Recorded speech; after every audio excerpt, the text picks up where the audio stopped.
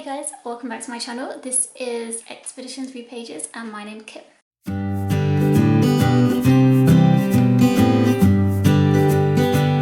So I was filming a wrap up for December and I realised that actually I find it difficult to wait to the end of the month to review the books that I've read during that month, because if it's been quite early on, I seem to have forgotten things that I wanted to say, or I do remember the things I want to say, but I don't have the same kind of passion for saying them, and I'm finding it quite difficult anyway. So I think I'm going to mix this one up a little bit. So today's the 8th of January. Sorry for all the noise, I live right by a school. This is the 8th of January, and so what I think I'm going to do is, just as and when I finish a book this month, I'm just going to update and talk about the book then, and talk about my feelings. So I'll quickly go over the books that I want to read this month. First up is I picked out 20 books from my physical TBR that I want to read throughout this whole year, and the first one I picked out was one that I've been wanting to read for ages but just haven't picked up yet, and that is Atomic by Jim Baggott. And this is a non-fiction about the process of the race to make the atomic bomb in World War II. Not a particularly light read for January, but it's really, really fascinating. I'm currently on page 60.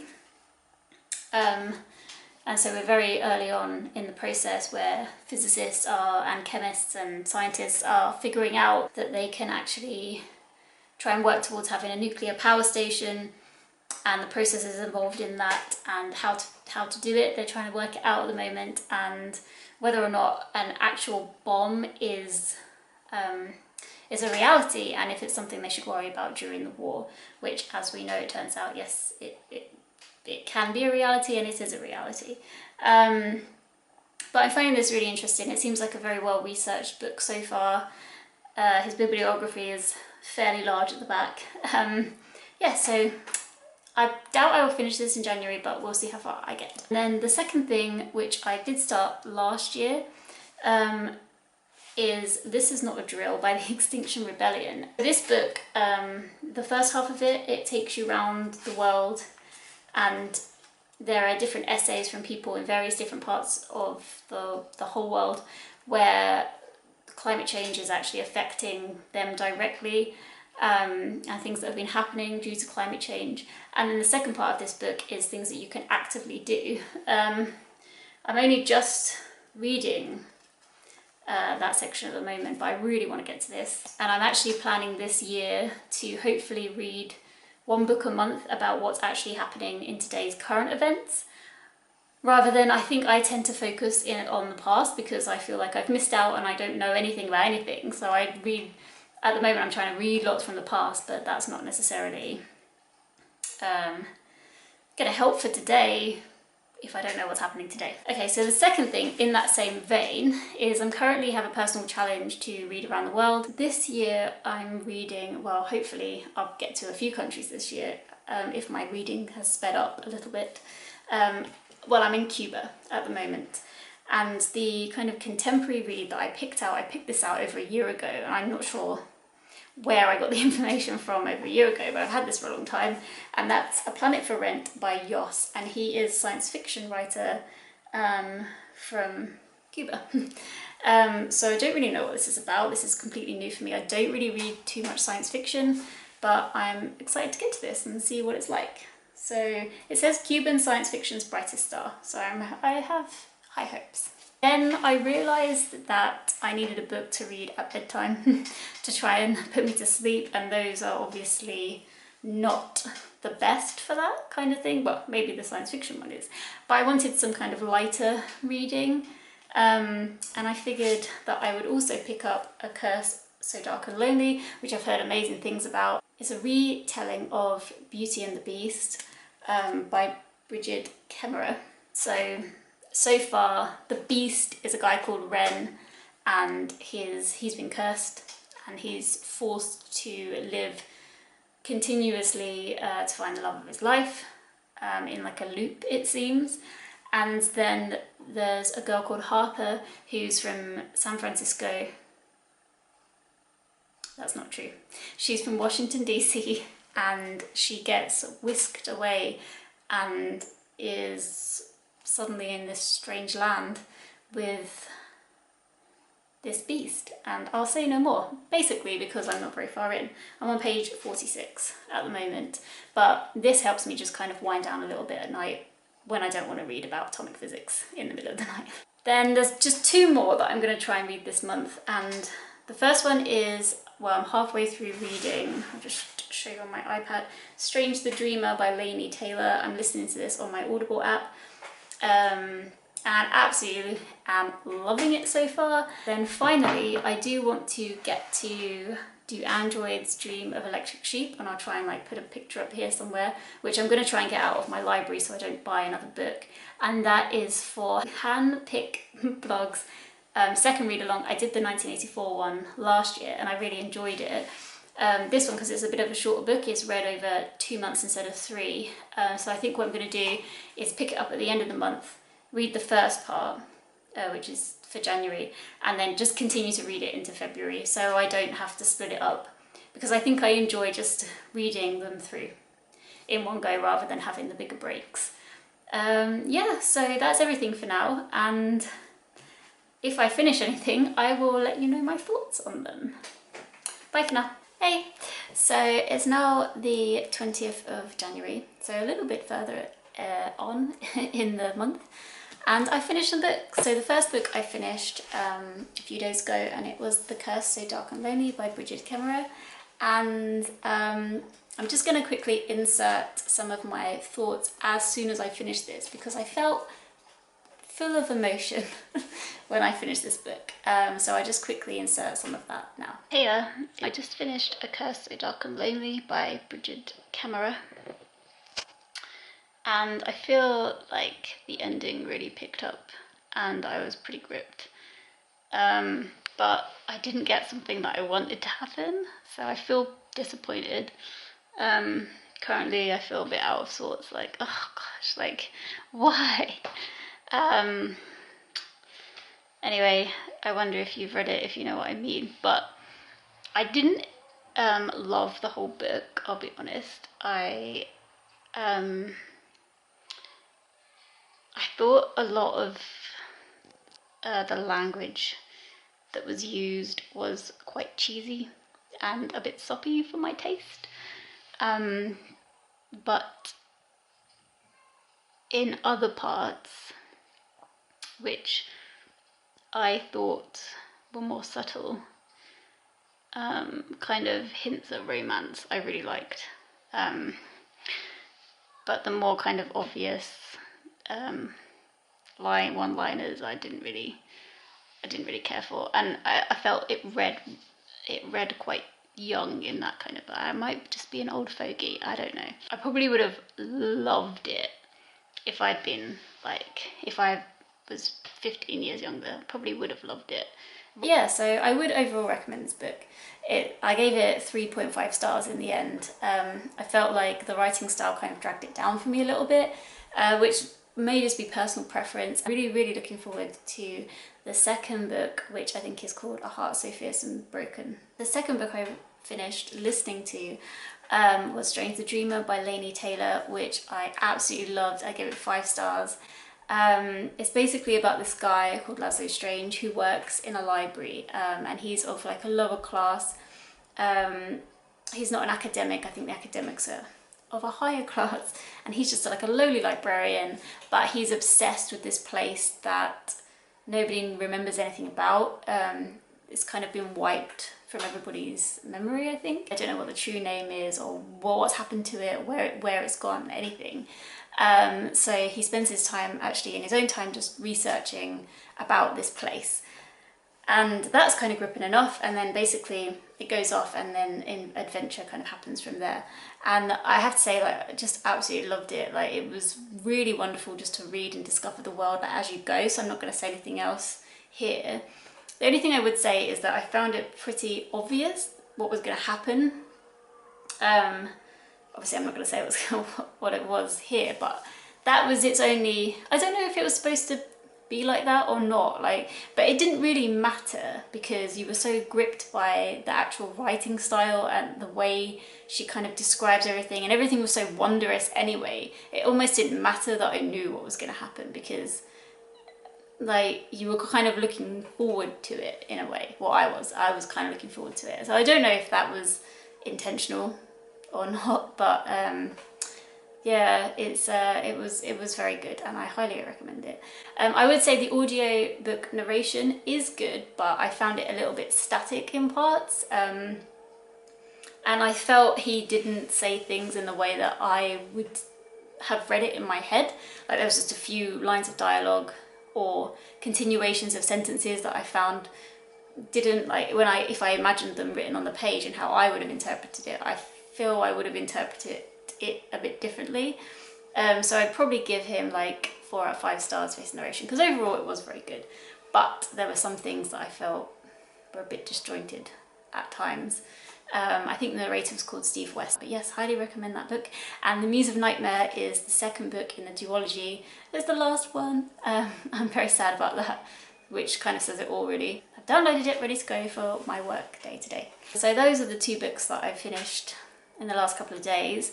Where I'm at with the others is I've only read a few more pages of Atomic. I kind of like got a bit obsessed with A Curse So Dark and Lonely and just read that on my commute and neglected nuclear physics. But I'm almost at the end of This Is Not a Drill by the Extinction Rebellion lot. I'm on page like 155, so I can let you know my thoughts on that soon. And also in the last couple of days I've picked up A Planet for Rent by Yoss, which is the Cuban science fiction writer, who he is a Cuban science fiction writer. He's this dude at the back, a little picture of him. Yeah, and so far, yeah, I'm really gripped. I'm very early on, I'm on page 18 or something, so yeah, it's kind of just like learning the names of the different alien species and things like that right now. Right, so it's not the end of January, so I'll update you if I finish anything else. It's now February. It's February 1st, so I thought I'd kind of wrap up the rest of January and what I read in January. So I only finished 1 more book because I'm slow, but I'm going to try really hard in February to make sure I'm like slotting in reading at every moment that I possibly can, so I can try and read more. I finished This Is Not a Drill by the Extinction Rebellion, and I have some mixed feelings about this, really.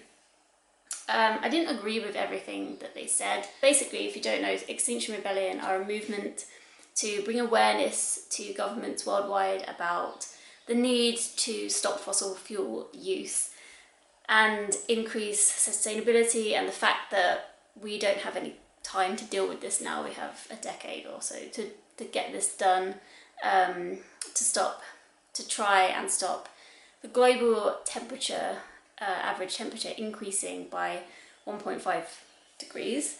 That's kind of our best option. What I liked about the book was that it was split into 2 parts, and the beginning bit set you up to basically read from a lot of different voices. They had chapters from different people from around the world, talking about how climate change has affected them.